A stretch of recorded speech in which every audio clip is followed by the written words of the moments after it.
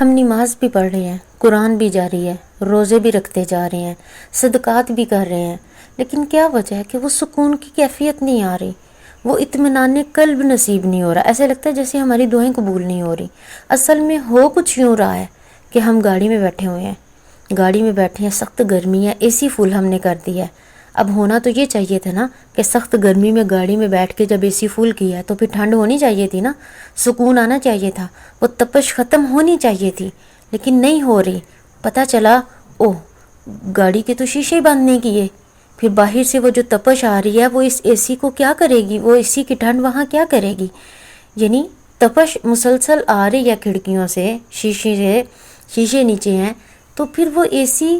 ہمیں کرنا یہ چاہیے۔ اصل میں آج سیم یہی کیفیت ہے، یہی وجہ ہے کہ ہماری وہ تپش ختم نہیں ہو رہی کہ ہم نے نیکیوں کے جہاں انبار لگائے ہیں وہاں ہم نے گناہوں کے شیشے بند نہیں کیے، جہاں سے گناہوں کی تپش آ رہی ہے، اس لیے وہ ٹھنڈ محسوس نہیں ہو رہی ہمیں، وہ ٹھنڈ تو ضائع ہوتی جا رہی ہے۔ جو ہی اے سی تیز کیا وہاں سے تپش بھی تیز ہے باہر کی، بتائیں ہم کہاں کھڑے ہیں؟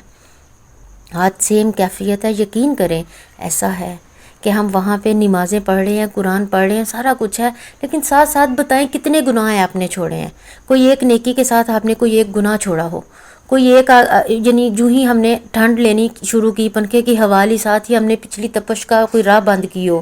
ایسا نہیں ہوتا، تبھی تو پھر ہمیں سکون نصیب نہیں ہوتے۔ اس کو کسی دوسرے اینگل سے بھی دیکھ لیں، ہم نماز قرآن روزے ہر چیز کے ساتھ ساتھ جب ہمیں سکون محسوس نہیں ہو رہا، ہم یعنی سمجھتے ہیں کہ ہمیں وہ جو ملنی چاہیے تھی ایک روحانی کیفیت، شفا ملنی چاہیے تھی، وہ نہیں مل رہی۔ اس کا مطلب یہ ہے کہ آپ نے ڈاکٹر بھی بہترین چنا ہوا ہے، دوا بھی اچھی طرح ٹائم پہ کھا رہے ہیں، لیکن آرام نہیں آ رہا نا، کیونکہ آپ بد پرہیزی کر رہے ہیں ساتھ۔ اکثر ڈاکٹر نے باہر لگایا ہوتا ہے، صاف حکیم کی کسی دکان پہ جائے نا تو باہر اسپیشل وہ لکھا ہوتا ہے کہ اگر بد پرہیزی کرنی ہے تو دوائی مت لے، پرہیز ہی بہترین علاج ہے، پڑھا ہوگا نا۔ کیونکہ ان سب کے ساتھ ساتھ، یعنی یہ دوائیوں کے ساتھ ساتھ، ان نیکیوں کے ساتھ ساتھ، جب حرام چیزوں کا بھی ہم استعمال کر رہے ہیں نا، حرام کاموں کا بھی استعمال ہو رہا ہے نا، حرام گناہ یعنی وہ کام کر رہے ہیں نا ہم، تو پھر ان چیزوں کی وجہ سے قیامت کے دن اللہ کے ہاں خالی ہاتھ جانا پڑے گا، خالی ہاتھ ملنا پڑے گا، کیونکہ ہم نے تو پرہیز کی نہیں تھی۔ شفا کہاں سے ملتی؟ اچھے سے اچھے ڈاکٹر کا کیا مطلب ہے، اچھی طرح ٹائم لینے کا کیا مطلب ہے کہ اس کی جو پابندیاں تھیں بد پرہیزی کی، اس پہ ہمیں قائم رہنا تھا، ان پابندیوں کو جو ہے لینا تھا، تبھی تو پھر شفا جلدی ملنی تھی۔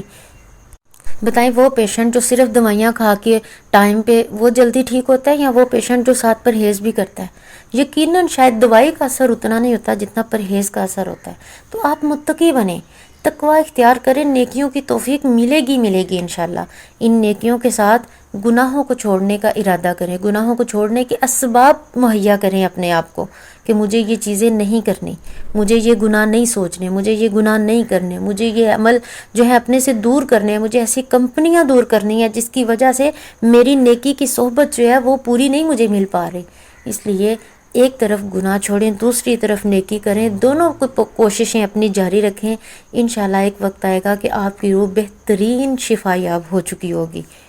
پھر ہمیں محسوس ہوگا کہ ہاں اب لگ رہا ہے کچھ ٹھنڈ سی آنے لگی ہے، اب لگ رہا ہے کچھ شفا سی ملنے لگی ہے، اب لگ رہا ہے کچھ سکون آ رہا ہے ہمارے گھروں میں، ہمارے سینوں میں، ہماری سوچوں میں کچھ اطمینان سا ہو رہا ہے۔ تو انشاءاللہ یہ ہوگا، جس دو کام کرنے ہیں کہ آپ نے پرہیز کرنا شروع کر دینا، شفا ملے گی، شیشے گاڑی کے بند کر دیں، انشاءاللہ ٹھنڈ بھی نصیب ہوگی، سکون بھی آئے گا۔